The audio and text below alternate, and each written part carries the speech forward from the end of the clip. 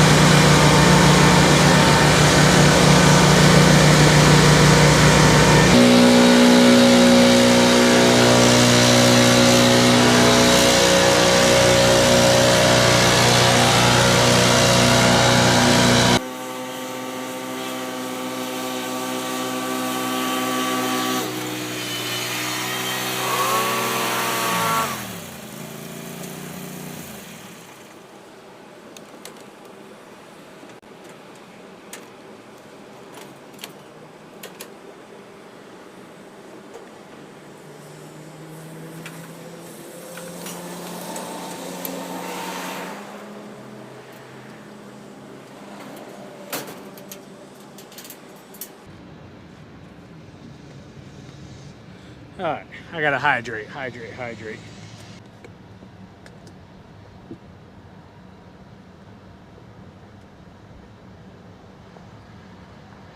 All right, guys, knocked a big old commercial out. I still got it. I ain't as young as I once was. I got a few years on me now, as Toby Keith would say.